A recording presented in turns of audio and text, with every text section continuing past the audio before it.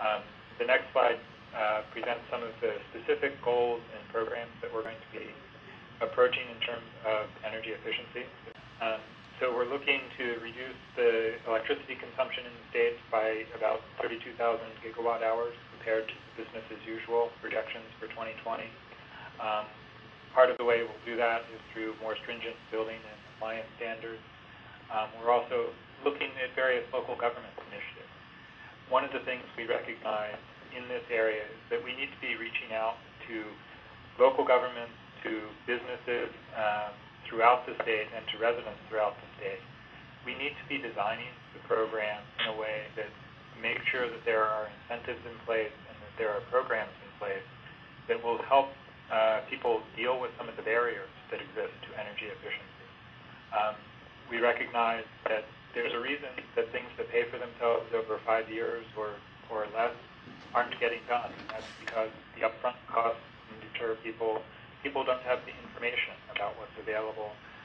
One of the big issues that often comes up is a mismatch in incentives between who owns the buildings and can make the renovations versus who's paying the utility bill.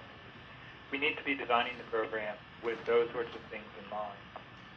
We're not going to succeed in meeting the greenhouse gas goals if we don't design the program that deals with those barriers and actually allows everyone in California to take advantage of the energy efficiency opportunities that are there. So on the next slide, we just talk about some of the next steps that we're in the process of taking. I mentioned that we are updating the economic analysis and taking a look at where we are in implementation, but also the implications of the economic downturn.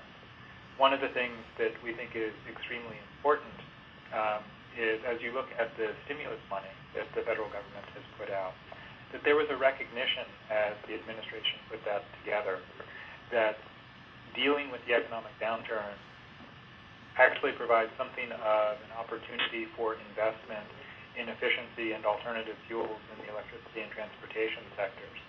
That we need to be looking at this as an investment opportunity and leveraging the federal money that's available, potentially leveraging some of the incentives that can be created through the cap and trade system to be able to get the sort of investments that will pay both environmental and economic returns in the long term.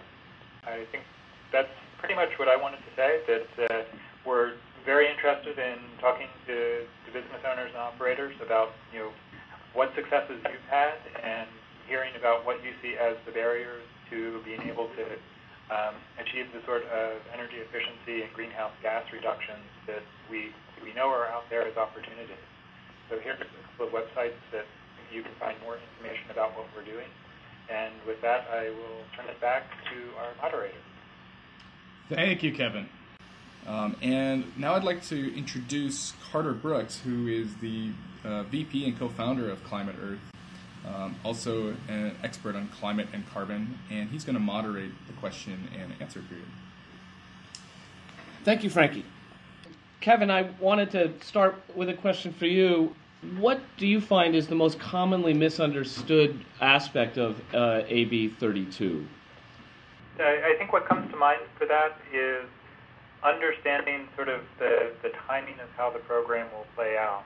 And I don't know that it's really the most misunderstood, but I think it's the greatest concern that we hear that having additional information can help people understand better what's going on.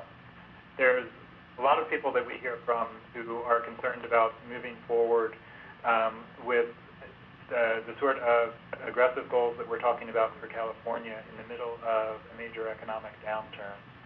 And one of the things that's really useful for people to recognize is that we're talking about a program that is going to phase in over the course of the next 3 to 5 years and really be in full force towards the later part of the as we get close to 2020. So a lot of the rules and programs that we're putting in place will be really kicking in 2012, but even then just phasing in. So people should be aware and looking for low-cost opportunities to start making changes now, but a lot of the requirements of the programs we're talking about will be kicking in certainly well after we hope the economy has turned around.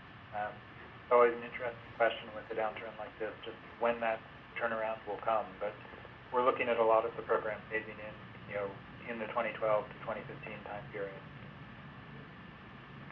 Great, thank you. So following on that, Jamie, there's a question here from one of our audience members about the 40,000 jobs that are shown to be created in the analysis that you showed, and particularly in the service sector. And wondering if you could elaborate a little bit where those jobs are expected to grow, which services? Be glad to.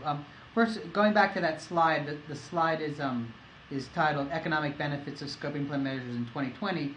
You see that 2020 business as usual or 2020 climate policy action state product is considerably higher under both scenarios than our current level of economic output in 2007. So we're going to see a massive growth in jobs as a consequence of our economy growing overall. And this is out through 2020. This is not tomorrow or even next year, but it's that 11-year process that we're forecasting out to.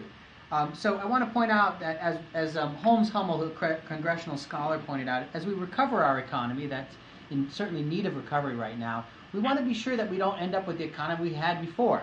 That is, we want a new economy. And so what's different if these bars look the same?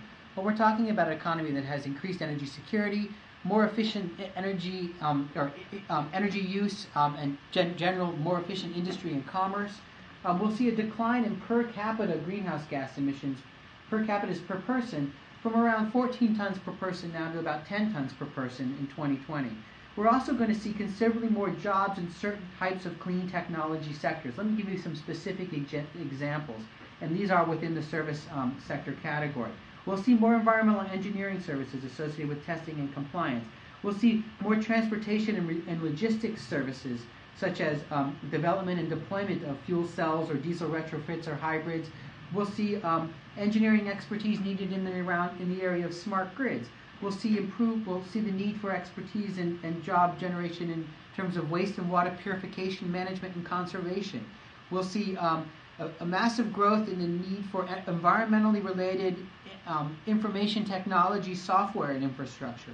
All of these investments will result in job generation. We're also going to see some job generation in non-service sectors. We'll see growth, for example, of course, in our biofuels, both used for transportation and to generate electricity. We'll see growth in our construction industry, and we're already seeing a lot of that in terms of green jobs generation associated with household and commercial building energy audits and retrofitting, installation of solar heating and ventilation systems, or improvement or better management of those systems. Ask yourself, how many times since you've been in your building you've actually visited your HVAC system to check on and how it's doing, replaced the filter, vacuumed out behind the refrigeration things. These are all job generating type services. And I'll leave my answer with that. Thank you, Jamie.